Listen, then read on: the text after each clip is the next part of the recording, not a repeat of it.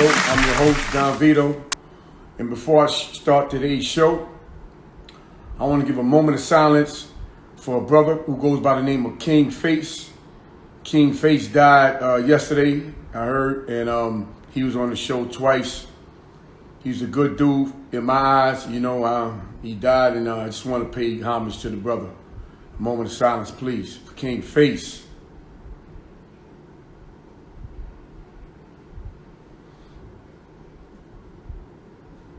Thank y'all for tuning in. Like I said, it's the Vibing with Don Vito show. And I have a man coming on the show. He goes by the name of John Burnett. And John Burnett is a managing director and founder of One Empire Group, a consulting firm specializing in business analytics and development, operations, process re-engineering, growth strategies, risk management, and strategic communications. John Burnett is about to come on the show momentarily. And I had him come on the show because, last night we had the presidential debate. I stayed up late to watch it just to see what's going on and see what the two running mates, not running mates, but competitors have to say. And it was very interesting when they, was going at each other yesterday. It was like they was in the ring and they was going back to back, and it was like a prize fight and stuff like that. So John Burnett, he was a professor at NYU. He might still be a professor at NYU. And he's very knowledgeable when it comes to politics, whether you like what he says, whether you don't like what he says, whether you feel he's right, whether you feel he's wrong. It's your opinion and his opinion, and everybody's entitled to their own opinion. So he's gonna come on the show momentarily, and we're gonna talk about the debate. We're gonna talk about his life. We're gonna talk about his career. We're gonna talk about what's going on in today's society, and we're gonna kick it. So how y'all doing? How's everything? So New York opened up, I think yesterday, or maybe today. I think it was this morning, about the restaurants where you could dine in, and thing at 25% capacity, something like that. So it's gonna be interesting to watch and see how it plays out. Jersey's been open for a while. I think Connecticut and a couple other states have been open for a little while, and they've been doing all right. So we'll see how New York is going to do it. I just want you restaurant owners to be mindful that even though they open up, they're going to be watching you guys. They're going to make sure that you keep it at 25% capacity. They're going to watch all your moves, and if your moves are not correct, they're going to shut you down. Because they really don't want to open right now. I believe it's a little too soon, but I understand. You got to make money to keep your business open. But at the end of the day, the virus is still here. It's not as large as it was because we found a way to contain it and control it. But at the end of the day, it's still here. So make sure you just keep your place sanitized, and follow all the rules of the game that's supposed to keep us alive. But at the end of the day, you got to work out. That mask and that washing your hands is one part. But you got to eat right and you got to exercise. That's what you got to do to keep yourself healthy, because health is wealth. So John Burnett is coming on the show momentarily. I want y'all to stay tuned, watch the show. Right now it's getting close to election time. You got to vote. Your vote counts. A lot of ancestors died in order to be able to vote. It's your right to vote. So vote. Don't send it in the mail. Don't do all that type of stuff. Go to the polls and make sure that your vote counts. Make sure you see it go through. Get your little patch. Let everybody know that you voted. And, just, see what happens. I know we need some changes around here in this country. There's a lot going on. And the best man for the job, we're going to find out. I'm going to leave that alone right now. I'm going to leave that alone because it's a touchy situation. Like 2020 has been a lot going on this year. But one more time, I want to say much respect. God bless King Face. The brother died, and to me, died unexpectedly. I want y'all to go to the Beat 139 because we interviewed him twice. And he has an amazing interview on there. So I put up a classic interview by King Face. So go to the Beat 139 on our YouTube channel, subscribe, like, and share, and check out King Face, who passed away the other day from, I don't know what it is, you know. Rumor has it they saying a few things, but I don't like to get on that. You know, I'm gonna let the, you know, I'm gonna let the brother rest in peace, and just, you know, let him go ahead on and be an angel, and just, you know, that's it. But once again, John Burnett is about to pull up. I want to thank y'all for tuning into the show, and we're about to have a good show. So check it out. We got John Burnett. And thank y'all for tuning in to Vibing with Don Vito show.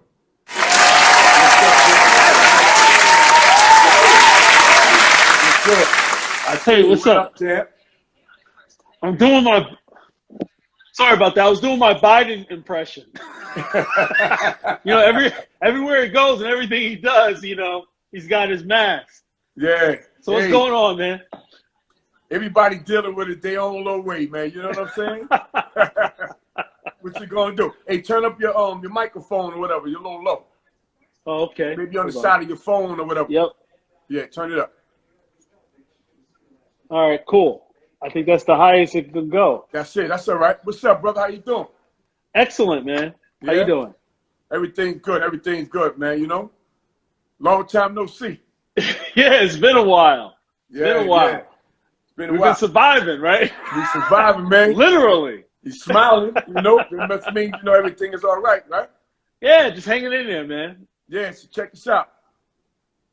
So I went down to the march. You went down to the march. How did you feel about the march in D.C.? Well, I wasn't there for the march. Oh, you went down there. So what happened? So I was there because I was invited to the White House on the South Lawn to hear the president and to hear other speakers. It was the last day of the convention, which was great. And it was kind of ironic, though, right? Because I took the Amtrak train down, and there were several other people, right? So I met some people that I know in the political circle, and we were waiting for a cab, and we didn't recognize each other because we had our masks on, right? And he said, "Hey, John Burnett, you here for the?" I said, "You're here for the march, right?" He said, "Yeah." What? He said, "You're here for the march too, right?" I said, "No, man, I'm going in a different direction." Oh man! So we just said, "Hey, you know, we'll touch base after the convention. Maybe we'll, if things are open, we'll go out for a drink." But you know, restaurants, things were kind of like shut down as they are in New York at a certain time, so we weren't able to meet up. Yeah, I tried to go out a couple of places, and they weren't only shut down; they were limited food-wise. You know. Right. Exactly. Yeah, I wasn't happy with the food in D.C. on that particular day. Right, and a lot of hotels, they weren't allowing. They had the same restrictions in terms of, you know, the bar scene and limited seating and so forth. So, yeah, we're all struggling with that in terms of no matter where you live, with regard to getting back to normal. Yeah. So I'm going to take it back for a minute, man. First of all, tell everybody, who is John Burnett? Well, John Burnett is one of the most awesome guys you'll ever meet and ever talk to, right? And, you know, just a little bit about my background. You know, I got my start on Wall Street in various capacities and operations, risk management, compliance, governance, and finance. And I come with over 25 years experience. That's why, you know, I'm always talking about the markets, talking about money, talking about, you know, what the Black community really needs to focus on in order to close the income gap, right? And get on that track to creating wealth on this side of civil rights, which is quite different than, you know, our horrific past. And then, you know, I ran for New York City Comptroller in 2013.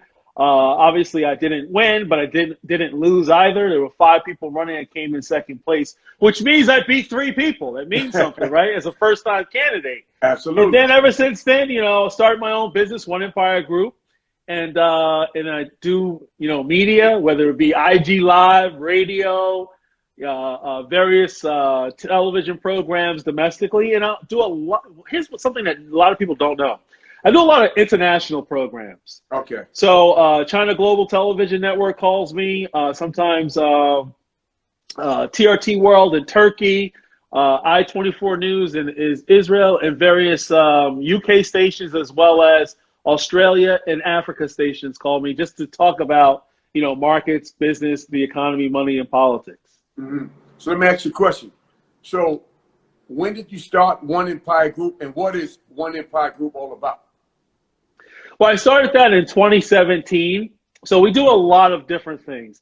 The nucleus is business consulting. So business consulting could be comprised of a lot of different things, whatever the business needs, whether it be development, whether it be developing a strategy for growth, whether it be certain challenges and issues with its operations. How do we re-engineer certain things to reduce steps and maximize value? Also communications. In terms of a lot of organizations, they might be going through some challenges and they have to, craft a message and get that message out there. But also situations where, hey, we got this great new product or we're going in a different direction. How do we actually get into the minds of consumers and some businesses are B2B? How do we influence businesses to take a look at the company in order to grow? So there's a lot of different things we need, and hey, we're all trying to pad our pockets, right? Exactly. The same thing with business, man. Yeah. They're looking for capital.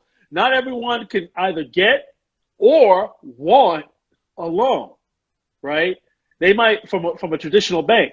So they try to tap what I call is capital markets, whether it be public or private. Most companies don't, they're not private, right? So they have to tap, other resources like maybe some private equity or to take a stock ownership, or what's called a mezzanine in terms of, take on a debt, but looking for a higher payment. But believe it or not, they're a lot more easy to deal with than banks. Okay.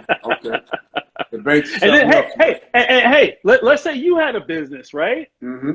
And you've been running it for a while. You don't want to necessarily sell the whole thing. Right. So you want to, what's called, take some chips off the table, right? So Right. you'll bring in somebody that might be able to invest, maybe buy 40% of the business, right? That way, you sold some chips. We call that selling future cash flow. So you sold a little bit of the future cash flows, took in a lump sum, padded your pocket. You could do certain things and whatnot, and you still own 60%. Then when you're really ready to walk away, right, you've not only increased the value of the remaining 60% higher than what it was originally, right? So you're selling the remaining 60% at a higher valuation.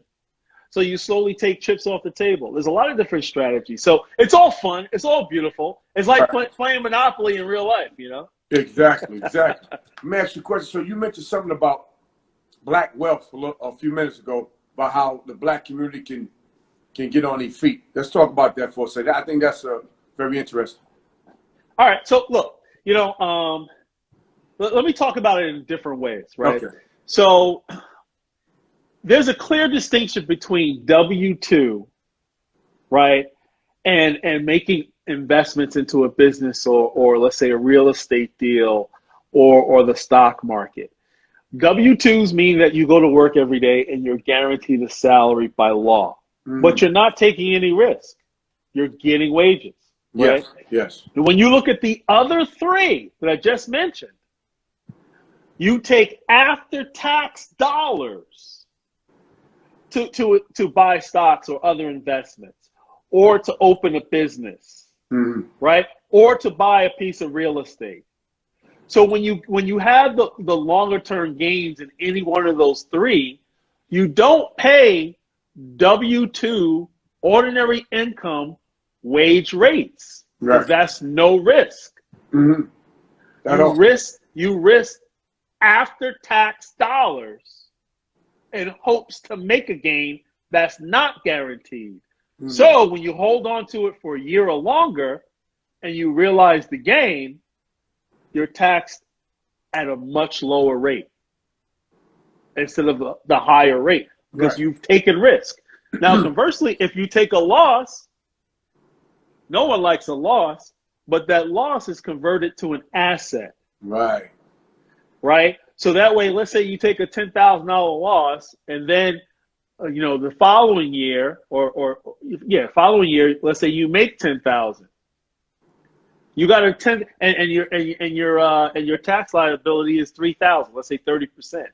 You still have a tax loss. You can use 30%, 3,000 of that tax loss, so that way you don't have to pay taxes on the next year's earnings. Yeah. But Smart. you still have a $7,000 tax asset that you can use 2 years from now, right. 3 years from now. So it's important to understand the tax game, and to understand you have to try to position yourself to invest in one of those three things, right? And even if you lose money, you could still use it as a tax credit against future earnings. That's a really simplistic way. Yeah. Now, investing in real estate is not for everyone, right? Investing in the stock market is not for everyone. Investing into a business is not for everyone. But you have to ride one of those three horses, man. If you want to win. Yeah, you have to. You're 100% correct. And guess what? If you don't want to own a business, right, in terms of be the one to be in there working the business and so forth, be a financier. There are other people that have the time and have the experience and know-how to operate a business. So maybe you're one of the people that are one of the lenders, or one of the people as one of the investors, right? So you may not be the jockey to ride the horse, but you got a horse in the race. That's true. That's true. They got to be one of the three. One of the three, man. And if you're not doing either one of those three things, or maybe two, or eventually, if you ride one horse, right? You want to diversify. Exactly. You want to get another horse in the race. So that way, everything is not based upon real estate. Everything is not based upon the stock market, and everything is not based upon a small business, right? You want to diversify and get a mixture of all three eventually. Right. So you are, I don't know if you currently are, but I know you once were worked at NYU, right? Let's talk about that. Well, I still teach there. That's one of the things I do after a Wall Street career. My alma mater, NYU, asked me to teach, and I started off teaching organizational behavior, because you got to understand people if you want to be successful.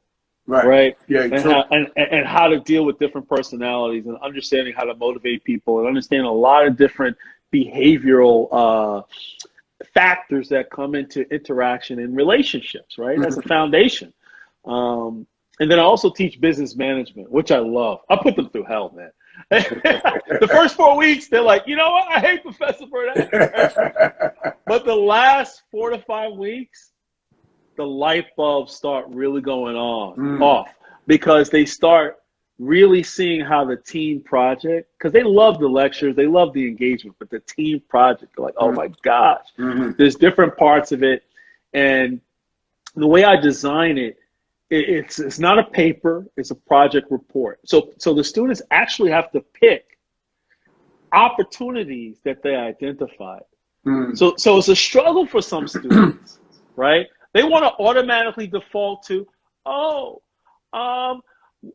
we want to introduce paper straws at Starbucks. Look, that's not going to make any money. You want to get out of here, right? Right. You're not paying $50,000 a year to think about ideas like that, right? So I challenge them, I push them back, and next thing you know, they come up with some great ideas, right? For one, they said that Peloton, as an example, Peloton is experiencing a lot of success. But they feel that there are opportunities, especially mid-COVID, where different individuals might want to expand their home gym, where they buy some dumbbells, right? Lightweight all the way up to heavyweight. Or they might want to actually get a bench machine, and make it and figure out a way how to make it high tech, high quality. Right. that mirrors the high quality, bicycle that Peloton offers, right? So that's a Mm-hmm. product extension. Look, I mean that's not far fetched, right? Right. That's a business mentality. Why? Because when you look at Amazon, they didn't just stay with books, Right. right? They Mm-hmm. didn't just say, you know what, let's enter into magazines, right? That's the same category. No, they went to offering web services, which is the bulk of their revenues, and then they also went into sort of like the almost an eBay model, but not old used goods, right?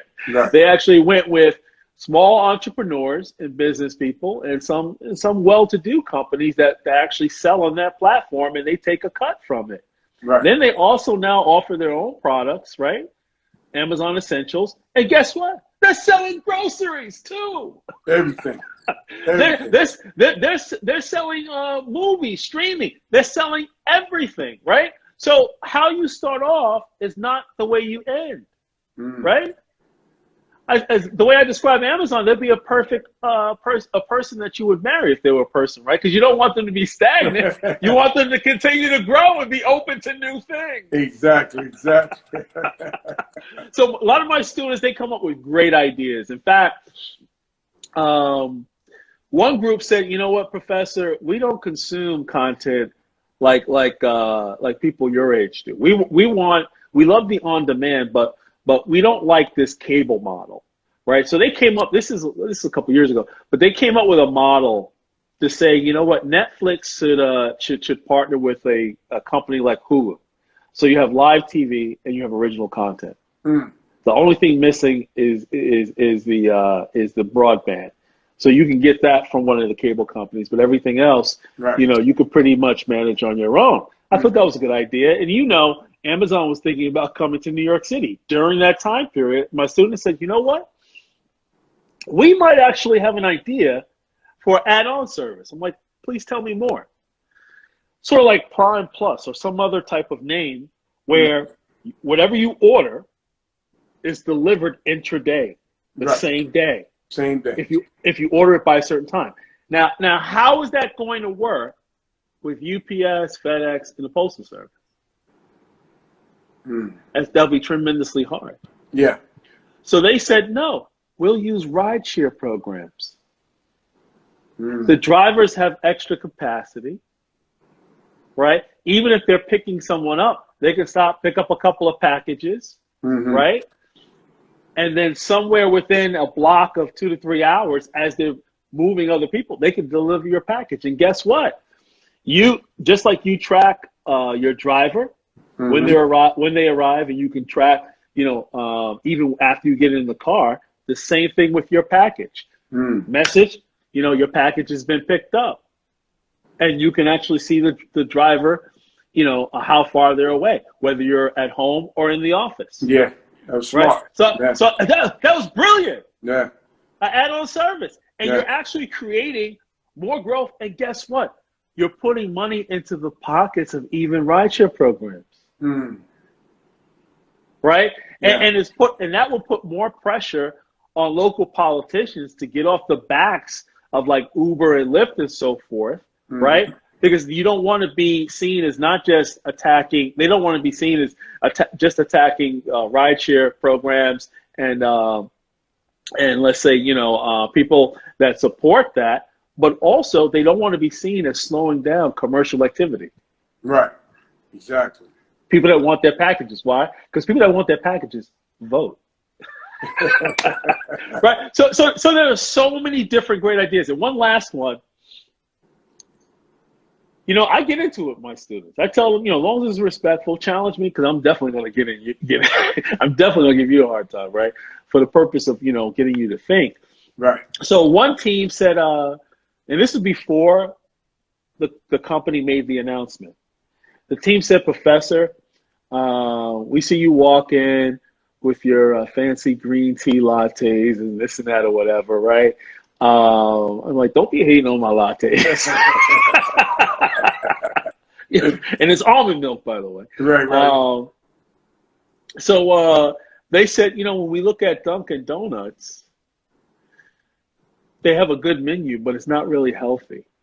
And when you think about donuts, it's not healthy. It's not a healthy option. So my response was, what are you, a bunch of vegans? What's the story? They're like, no. They said that we think that they should drop the donuts and just call it Dunkin'. I'm like, wait a minute, this is aggressive, right? And I pushed back on them hard, and they pushed back, and they were so energized about the idea. And they said they wanted to change or add a couple of new menu items for that healthy element, right? Similar to what McDonald's did in terms of the salads years ago and things of that nature. Yes. So it turned out to be a really good project. And then like 7-8 months later, Dunkin', because nobody knew what Dunkin' was thinking about, Dunkin' came out and dropped donuts. I was shocked. I think that was a couple of years ago. Oh, and wow. My students said, again, this was like 7-8 months later. My students said, "See, professor." They sent me emails, they sent me text messages. "See, we told you, we were right." I said, "You were right, and more importantly, you learned. And more important than that, you not only learned, but you actually applied what you learned in real time." Right. And that is the value of the learning model that I use. I use real situations and put you in real situations where you actually have to apply the knowledge. Not just figure out what the right answer is on a test, a multiple choice, or a true false, or write a paper, an essay that you had days to think about, right? These are the scenarios. How would you deal with it? Using the principles and the newfound critical thinking skills and the ability to move beyond your paradigm. And that's why they struggle in the beginning, but toward the middle of the course, they really start honing those skills, and toward the end, they are sharp. It's that process like Amazon we just finished talking about. Yeah, it's evolution, man. It's evolution. Many times, hey, you can't build anything if you don't break the ground, man. You got to break. That's why they call it groundbreaking, right? Exactly. Because you have to break the ground in order to really dig deep to establish that foundation, so that way you can build high. Right. So I want to ask you about 4 people. Take a little bit of time on each one, right? Okay. So let's talk about Deblasio. Woo! Man, we have to block out a whole hour for him, man. Give me a brief. We got 3 more people. You know what? Let me just start off by saying this. In my race for comptroller, I was up against what I thought, and everyone thought, that I was going to be going against Elliot Spitzer, right? So, he was sucking the oxygen out of the race, so to speak. Similarly with Deblasio, Anthony Weiner was running, along with others, but he was sucking the oxygen out of the race. And oftentimes, I had sidebars with Bill Deblasio. I didn't really know him. Nobody really did. He was a public advocate. And we had talked. I'm like, he seemed like a nice guy. And all of a sudden, he won. And all of a sudden, he started doing crazy things. I'm like, wow, he's a nice guy personally, but, his ideas are just way off the wall, and his managerial skills are horrendous. Right.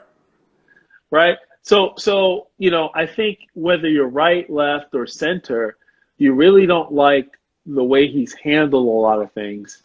And politics are local. People want to look at D.C. and look at, Congress and whatnot and the president, but politics are local. I don't think anybody can say with confidence that the quality of life in New York City, even pre-COVID, was great.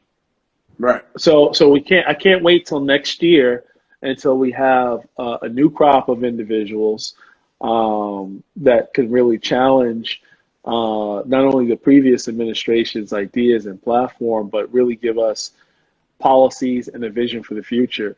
Because there's a lot of people leaving. Yeah. In the masses.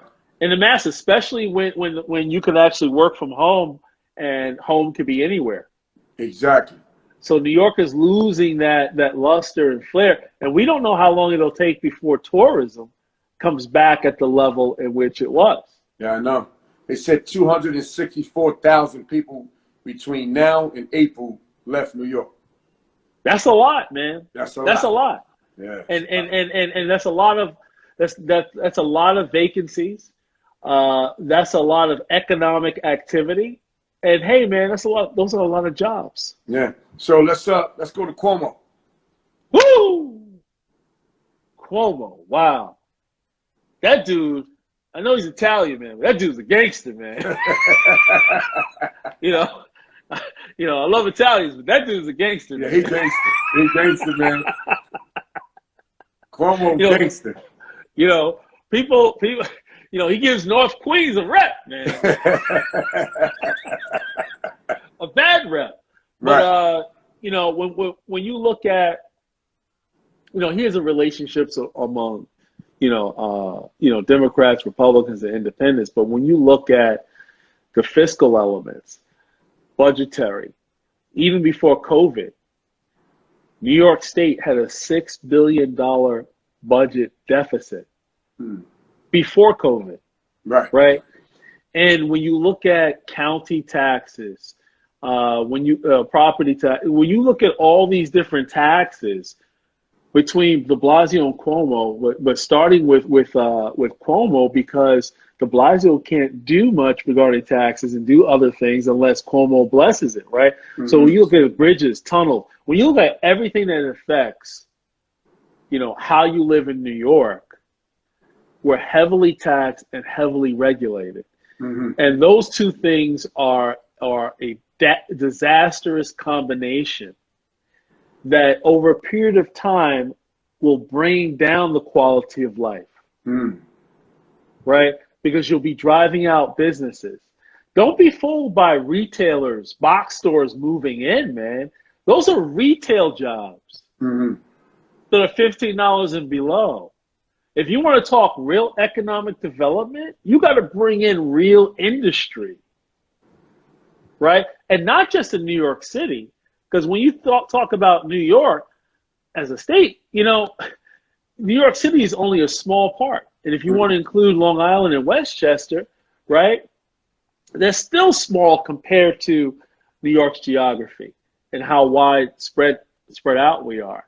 So when you look at New York, we need a governor that's going to come in and get rid of senseless regulations, get rid of high taxes and things of that nature. Look, New York and New Jersey are quite similar. If you've been cutting here or braiding here and doing other things all your life, why do you need to go through to spend $15,000 to get a license? Certain things, the hurdle should be low. Right. And that's part of the problem when it comes to politics. A lot of times we in terms of political people, explain things at a very high level. Just break it down. We understand the barbershop, man. We understand the beauty salon, right? Why create these huge hurdles, require people to spend all this money to get a license? Then when they try to open up a store, the rent is sky high, and you got all these other hurdles to just open a business. Then you got all these other hurdles just to keep it open, right? So we got to get rid of a lot of things. I think we would see a lot more blacks in business if these structural things, right, whether it be through regulation, access to capital, and high taxes and high cost of actually running and operating a business.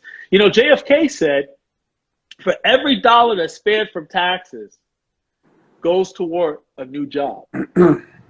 I'd rather see new jobs than all this high taxation, because the taxation will actually gradually come from more people being employed. Right. All right. Biden.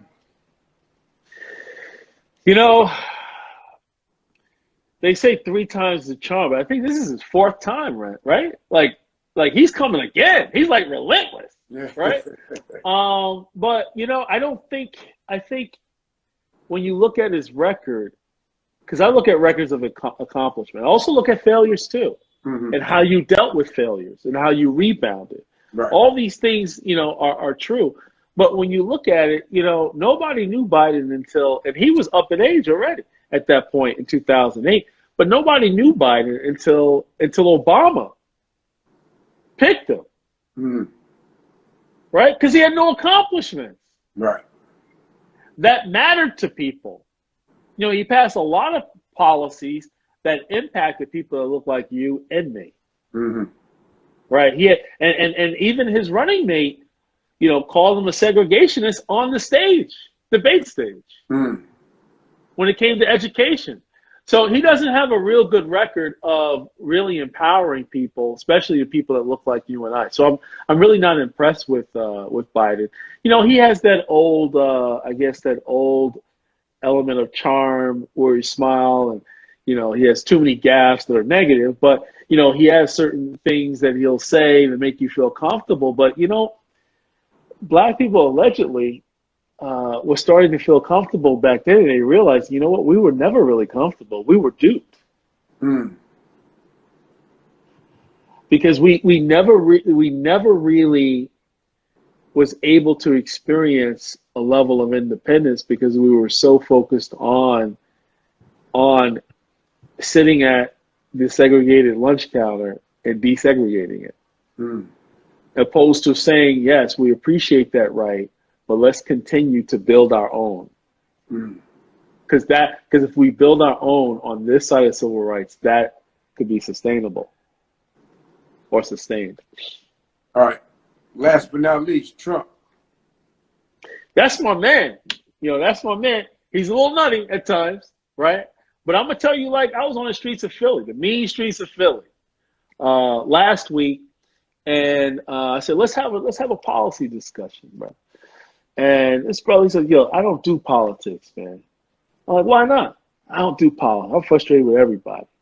He said, but you know, let's not talk about tweets, and let's not talk about the silly or mixed up stuff that comes out of his mouth. Let's look at his policies. And nobody can tell me what policies were actually wrong and what policies actually hurt black people.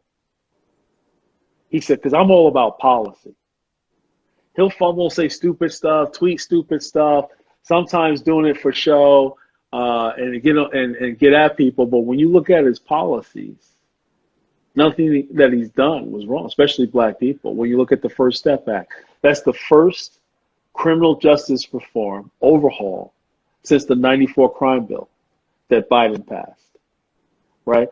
When you look at HBCUs, he's given more money to HBCUs for grad and undergraduate programs than any other president in history. Then gave them additional money for research. Then passed legislation, the Futures Act, to permanently fund HBCUs so they don't have to do this begging game every year, right? And they can better be situated for the future. Mm-hmm. And on top of it, he wrote off $330 million in reconstruction loans for several HBCUs in the South, on top of the historic funding. Then when you think about the opportunity zone investment, he also rules that kept many people out of government jobs because they had to have a degree. He said, look, if you have the experience and the know-how, a degree cannot be held, or lack of a degree cannot be held against you. You can qualify for these jobs. So he's actually created a lot of access, and I can go on and talk about other policies, but those are the good, core suite of policies that he passed to empower blacks. And he wants to do more with the Platinum Plan in terms of the Second Step Act to increase more job opportunities and reduce the hurdles that many individuals who are formerly incarcerated, as they try to re-enter society, remove those hurdles. He wants to commit $500 billion in terms of capital, in terms of investment into the black community, and also create 500,000 new black-owned businesses. Because he understands, look, it's better if you are empowered if you can control your own dollar in your own community as you do business with others. That's the true economic plan. Not just talk about programs to empower you that have never worked, right? Talk about the economic and the financial element. That's what we have to talk about. Even if, let's say, if Biden is elected, right, and there's no longer Trump, we gotta focus on financial and economic empowerment. Not tearing down statues, right? Because that's just releasing anger, and not arts and crafts, painting in the street, because that's not going to do anything. Right. We got to focus on structural issues that Trump has already started and said that he's going to continue in terms of Black business, access to capital, and also, look, school choice. See, what people like Deblasio, your boy Deblasio, right? What people like Deblasio say is that charter schools are the civil rights issue of our day, right? Because they don't give access to all.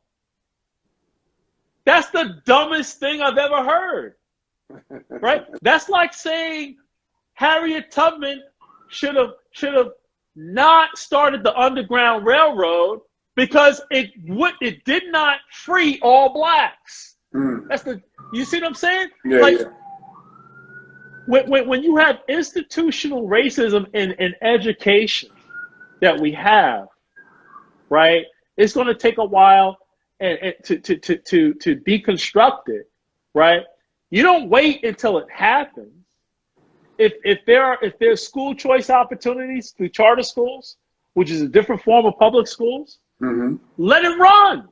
It's helping more Blacks and Hispanics than it is white folks, believe it or not. And generally speaking, they perform better. We should have multiple options. Blacks are diverse people. Why is there only one option? I consider public school education as the modern day plantation. Why? Because the plantation was one option. Right? We're diverse people, diverse needs, right? We should have diverse options. If we can't get diverse options through in terms of public school education, if we can't get school choice and diverse options in the freest country in the world, that's a problem. That's true. And let me tell you, not only will, and I'm using Trump because he's the only one at that level in terms of president that's pushing school choice. Here's why Blacks should embrace school choice for everything I just told you. But also, we should have the right? Whether you're Christian, whether you're a Muslim or any other religion, to start your own school or chain of schools in your community to control the education of the kids of your congregation, right? So again, people may not like his tweets, they may not like the way he says or the way he fumbles on but his policy, school choice, regardless of who wins, school choice should be embraced. So whoever wants to start a charter school, whether it be an individual, a group, a religious organization, and so forth, that's taking ownership, not waiting around for the great white hope or Superman to come in and establish a new system, a new network.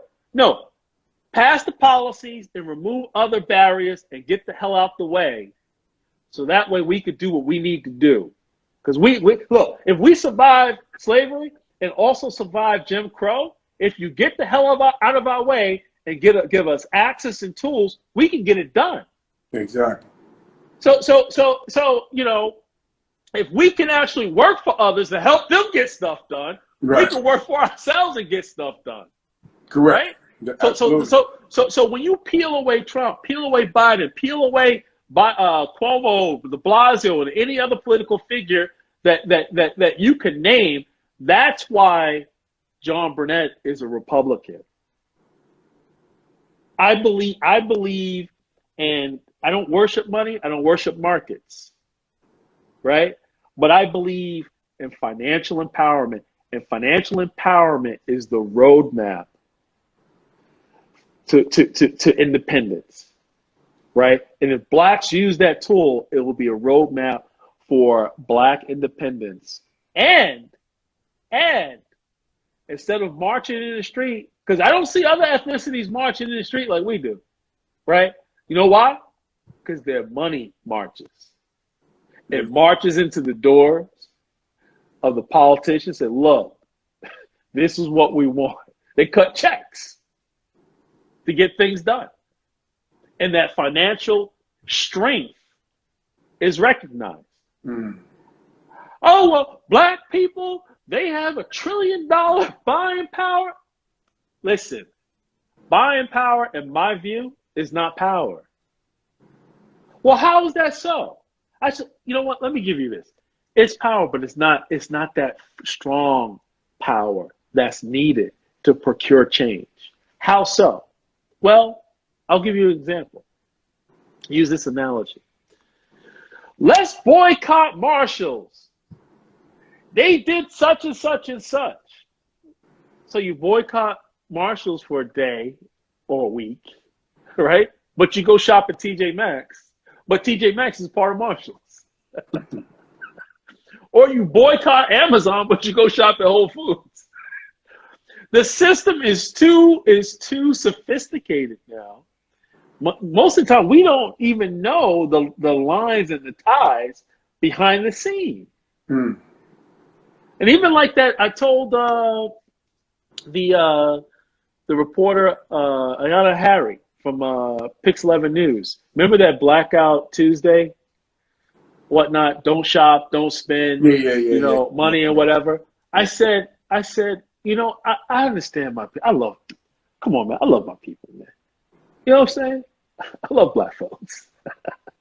but all these years of all these blackout days, don't buy for a 24-hour period, right? So they hold their buying and then they go and buy twice as much the following day. So what is the impact of that day? Have you seen a report? Have you ever seen a report? I think I heard about it. I didn't really. No, I'm saying the report of the impact of that blackout day. No, I never seen a report. And you never will. Right. Why? Because they go back and spend the following day. Mm.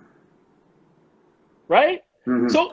So spending power is not the power that's going to bring about the change. See, spending power was good on the other side of civil rights in terms of the bus boycott, right? But in this modern day society, it's not as powerful. What is powerful is how you spend your money, but more so how you save your money and how you invest your money. Mm. And when we understand the money game, you know, I make it really simple for people. If your car note is, I don't know, what, 8.9% or whatever the case may be, if you get a good one, maybe 5.9, whatever. And let's say if you're doing a mortgage, you know, mortgage rates are low, let's say 3.5%. And let's say your credit cards. Your credit card rate is what? What's your credit card rate? I'm not asking for your numbers and three numbers on the back of the car, but what's your credit card rate? Average is probably what, 13.9, maybe 15.9? Yeah, somewhere around there. Yeah, somewhere around there, right? So basic money. You tell me you're gonna hoard cash that's paying you 1/10 of 1%? 1/10 of 1%. And if you're lucky, got a lot of cash, maybe you can get maybe 0.5%. Or let's just say you're a baller. You get 1% on your money. But guess what? You got to pay taxes on that 1% interest. So it's not even 1%. But yet the cost of money far exceeds the return that you're getting. And I haven't even factored in inflation. On average, it's 2% a year. So you're losing 2% of your value of your money. So the interest really means nothing. Right. So if you're not investing into either one of the three categories that I mentioned before, then you're actually going backwards, thinking that you're moving forward, because you're really not using wealth creation tools, and you don't have the wealth creation mindset. That savers mindset, everybody should have some stash on the side. You know, you go to old black women, you know, they got the stash. They may not let you know where they keep it, but they got the stash. You know what I mean? They got some cash. Right. But generally speaking, that's not going to help us get ahead. That's staying in survival mode. But that's not getting us ahead. Now, of course, racism, it's alive and well. Racism is never going away. Ever. Ever. We'll be talking about that 50 years from now. That's a constant, right? And it's coming from every angle. Even the ones that say, oh, we're your friend, we want to help. Those are the ones we have to watch out for the most. Malcolm told us that, right? And they set up black politicians in our neighborhoods that do their bidding because it's easier for them to get over that way, right? While never empowering you. So we have to deal with racism, but not let it be the only thing that consumes us. Well, John, that doesn't sound right, does it? Right? That doesn't sound right. Think about what those had to think about and handle during Jim Crow. And many, not enough, but many were able to still grow and do. So if they were able to do that under that environment, we should be able to do much more on this side of civil rights. There is no excuses. It's challenging. It's tough, but if we actually learn the game like we should.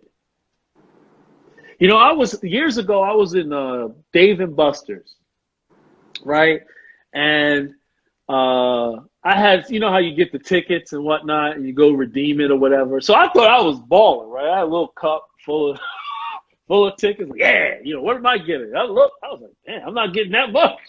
But whatever it is, I'll get it. These two small kids, white kids, they were brothers. And they had much more, each one of them had much more than me. They were talking and strategizing, right? They said, you know what? It's better if we pool this together to get one of the big prizes that we can share. I wanted to hug those little kids, man. Because I'm like, that's the mindset. And I began to continue to eavesdrop and hear the thought process and how they processed information. I'm like, we need that in our own communities. Let's take off the headphones, learning rap songs and R&B lyrics and be able to spit it and all that other stuff, right? Let's learn this game, man. Right? And even going to Dave & Buster's, there's lessons all around us that we can use to build up our youth and build up even people our age, right?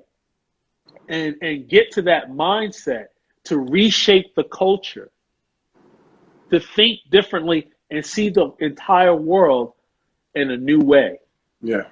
Because once we do that, we can control a lot of things. Exactly. And control our own destiny. If people want to, like, because you said a lot of powerful stuff throughout this interview, if people want to learn, you know, some of the things you talk about, or you want to get some information or talk to you, how could they get in touch with you? Well, all my social media is I am John Burnett. So I am John Burnett. That's Facebook, Instagram, Twitter. I don't Snapchat, but I got that on Snapchat too. because I wanted to be consistent. Right. And I wanted the name to be powerful. I am John Burnett. All right, so we got a couple minutes. Can you say something to leave the audience with before we go off? I think everything starts with a mindset, right? And, my father always said, boy, you got to create your own breaks. You know how the old folks do. They say a lot of stuff when you're small. I'm like, what? You never would say this out loud, but you're saying, what the hell are you talking about, right? No, I don't know what that means. But I think after a while, those positive statements and those words of wisdom begin to seep into the soil of your mind. And I think over a period of time, even if you may not consciously know it and understand it, I think subconsciously you do, right? And I remember filling out an application at Dean Witter, because the year before they wanted to make me a messenger. I was like, no way, I'm better than that, right? And I was a C+ student in high school. The only A's I got were in business courses, right? Anything that relate to business, I got an A. So a year later, I fill out another application. I walked in, I got word of a person's name there. The receptionist said, oh, thank you very much. We'll be contacting you. So I walked out. I was like, wait a minute, I look too good not to get a job today. I did an about face, walked back in, and I said, I asked her, is Mr. Jim Louisian, that name that I heard? She said, do you have an appointment? I said, no, but he's expecting me. Never spoke to the guy, nothing. There was no email back then, right? Because it was 1989. No. Next thing you know, this white lady came out and said, right this way, Mr. Burnett. I almost didn't even move, because up until that point, my father was Mr. Burnett. Or my older brothers. Right. Next thing you know, I didn't think about what I didn't know. Too many people think about, well, I don't have this, I don't know this. No, don't even think that way. Go with what you have. Go with what you know. And I sold myself to them in terms of my skill sets. Even when it came down to being a cart boy, starting on a cart boy at Pathmark, then working my way up to cashier there, and then working with the bookkeeper at the supermarket. I sold those skills to them. Working in a gold shop, buying gold and diamonds, right, as a teenager for a gold store. I sold all those skills. Next thing you know, they gave me an opportunity. I created my own break. I didn't think about what I didn't have. I didn't think about, my parents not going above the 8th grade education. I didn't think about being born in the projects. I didn't think about what I didn't have. I don't have a degree. I don't have this, don't have that. Stop thinking about what you don't have. Look at the treasures that you do, even if it's a handful, polish it off, because it's the best thing ever. And if you sell those things in terms of the dynamic and the power in those things, it can shift paradigms and open up doors. That's more powerful than anything. So mindset is very critical. There it is. And I'm telling you something, as a person that worked his way up to managing at Smith Barney and Merrill Lynch divisions and national operations, even before I got my undergraduate degree, let alone my MBA. It's mentality. It's networking as well. Knowing how to touch and of course not physically, right? Knowing how to touch people, right? Through humor, through camaraderie, through teamwork, understanding behavior in those dynamics, that's extremely important. So mindset, don't doubt yourself. Look, we've overcome great odds. So that's why it's important to build from within the individual.